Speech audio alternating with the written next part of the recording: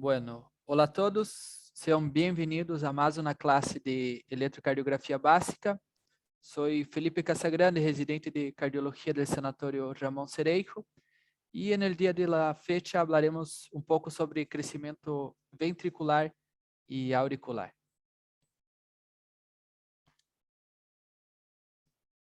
Bueno, como un breve repaso del sistema de conducción normal y electrofisiología cardíaca que ya fue vista en clases anteriores, sabemos que o estímulo elétrico é generado no nódulo sinusal, ubicado em aurícula direita, luego de la desembocadura de la vena cava superior, sendo conducido por los haces internodales, por toda a parede auricular direita e, bueno, luego hacia ventrículo, hacia a aurícula esquerda e dos ventrículos subyacentes. Em consequência, isso se generará um vector elétrico de despolarização que em aurícula, o vector de despolarização auricular se dirige de direita hacia esquerda, de arriba hacia abaixo e atrás hacia adelante, lo qual se grafica en el electrocardiograma como la onda P resultante, com a seguinte morfologia, el qual apresenta uma amplitude de 0,25 de hasta 0,25 milivoltios e uma duração de hasta 0,12 segundos. E, bueno, qualquer alterações de essas características, se hablará sobre um crescimento auricular. Quando falamos de crescimento auricular direito, falamos sobretudo sobre a amplitude, um aumento da amplitude da onda P, o qual, sobretudo, é no componente inicial.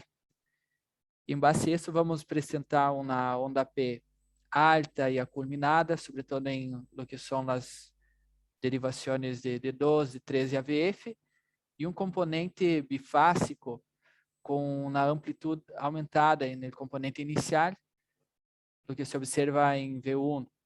Además, se pode observar o eje de la onda P, que suele desviar-se hacia a direita em mais de 75 graus, assim como um índice de Macruz, que é mais que nada a relação entre o P e o PR, que é menor a 1, perdão.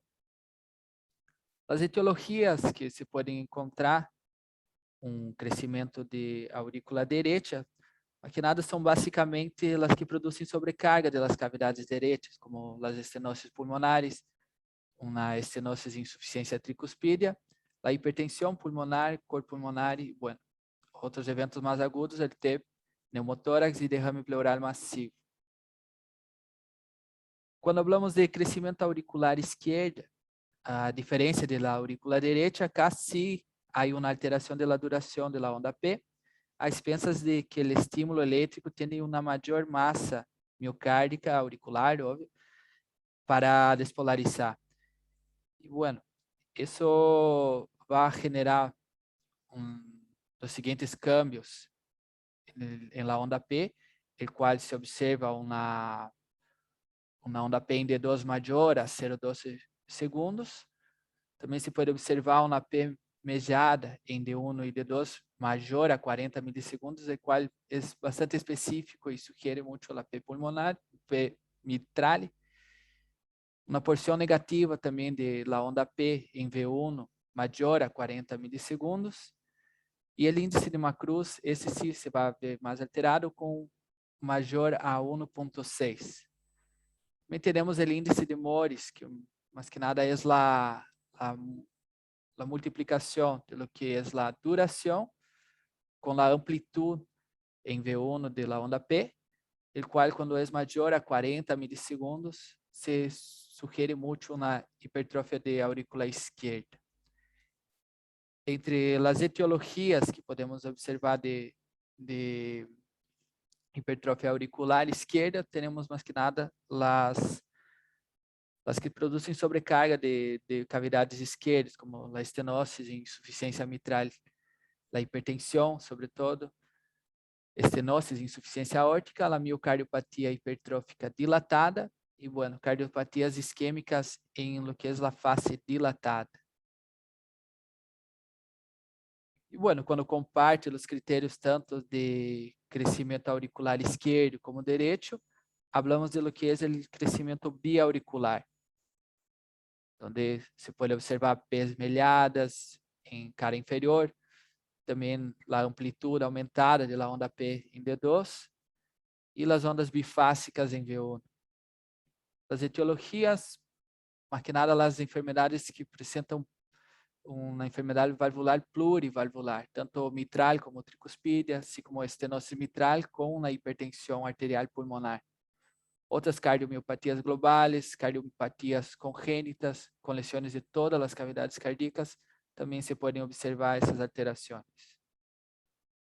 E, bueno, já entrando em lo que é as cavidades ventriculares, recordamos que essas estão representadas no eletrocardiograma como o complexo QRS, o segmento ST, a onda T, e isso se graficam luego de la sumatoria de los distintos vectores, septales, ventriculares, basales del VD. E isso, quando há um crescimento dessas ditas cavidades, genera um câmbio de la direção, magnitude e sentido do potencial elétrico, o qual vai produzir diferentes câmbios morfológicos no complexo QRS, segmento ST e onda T, respectivamente. Quando falamos de ventrículo direito, você vai observar mais que nada umas ondas aéreas altas em derivações direitas e esses profundas em las derivações esquerdas.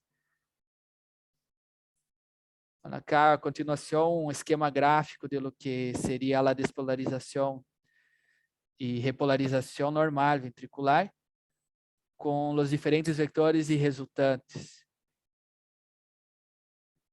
Pero, bueno, ¿qué pasa cuando el crecimiento del ventrículo derecho, la resultante vectorial que se dirigía à esquerda e posterior, devido ao aumento a hora de la massa miocárdica del ventrículo derecho, ahora se vai dirigir hacia a direita e anterior, produzindo diferentes câmbios no eletrocardiograma que, bueno, acá vemos a continuação entre os câmbios que mais orientam ao diagnóstico de hipertrofia ventrículo derecho.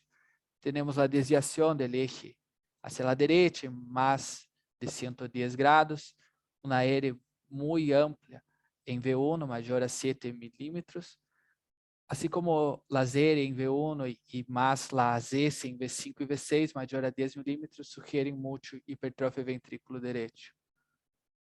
Outros, como o retraso em la deflexão intrasicoide em V1, recordamos que a deflexão intrasicoide tem que ser menor a 45 milissegundos, e isso é o tempo que transcorre desde o início do QRS até o fim da onda aérea. Outros dados sugestivos de hipertrofia ventrículo direito são o bloqueio incompleto de rama direita, assim como os cambios de la repolarização, segmento ST e onda T, as derivações direitas e ou inferiores. Sí, que isso vai reflejar mais que nada uma isquemia subcárdica do ventrículo direito. Outro dado sugestivo de hipertrofia ventrículo direito e indireto seria o crescimento auricular direito, a P pulmonar. Bueno, outro dado para ter em conta seria o índice de Cabrera, que é a relação da onda aérea sobre a somatória da onda R mais a S em V1, e isso sim nos dá um valor maior a 0,5, sugere muito uma hipertrofia ventrículo direito.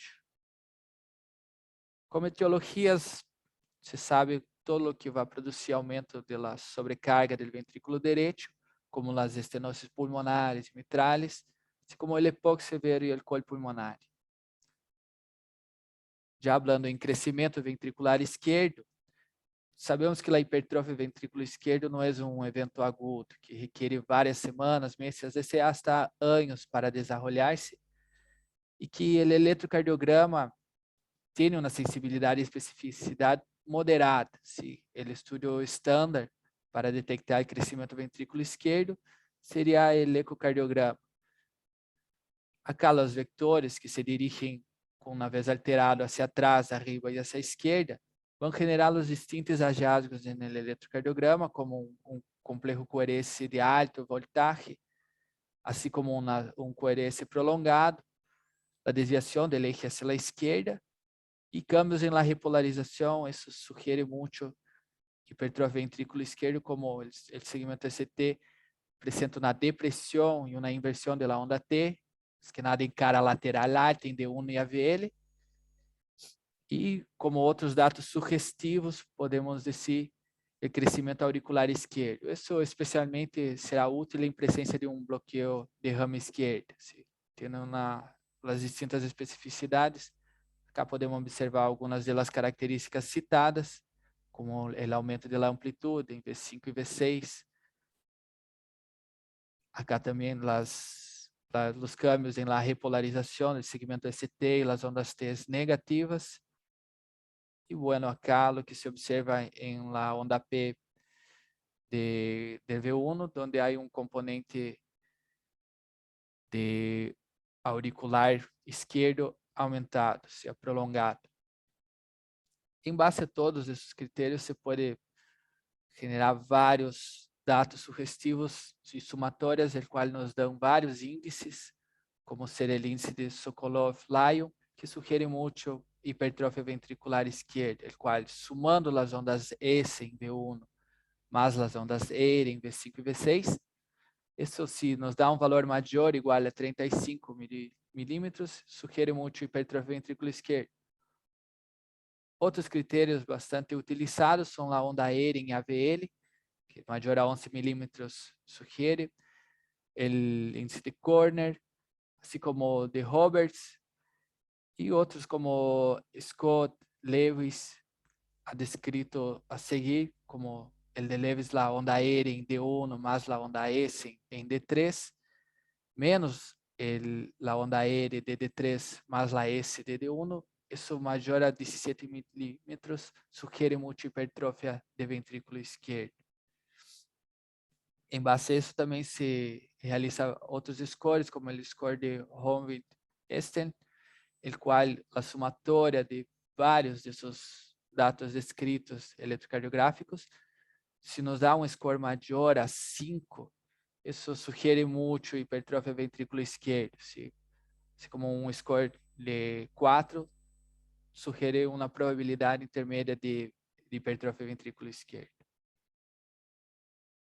Bueno, como etiologías de lo que es la hipertrofia ventrículo izquierdo, tenemos lo que son de sobrecarga de volumen. Aí descrevimos la insuficiência aórtica ou mitral, as miocardiopatias dilatadas, também como sobrecarga de pressão, como é a hipertensão arterial, uma das principais causas, e a estenosis aórtica.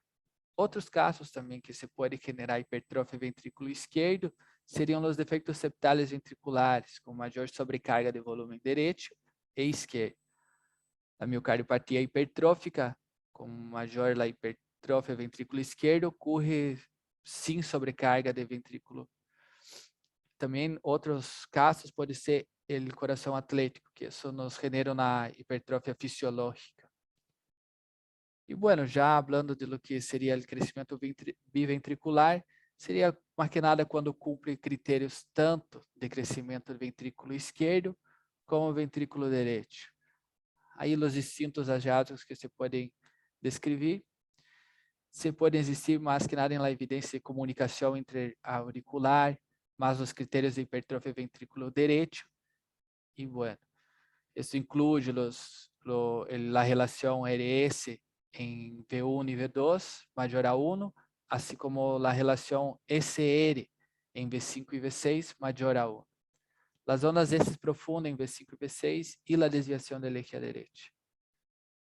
Bueno, muchas gracias por la atención. Espero que tenha sido útil. Hasta una próxima.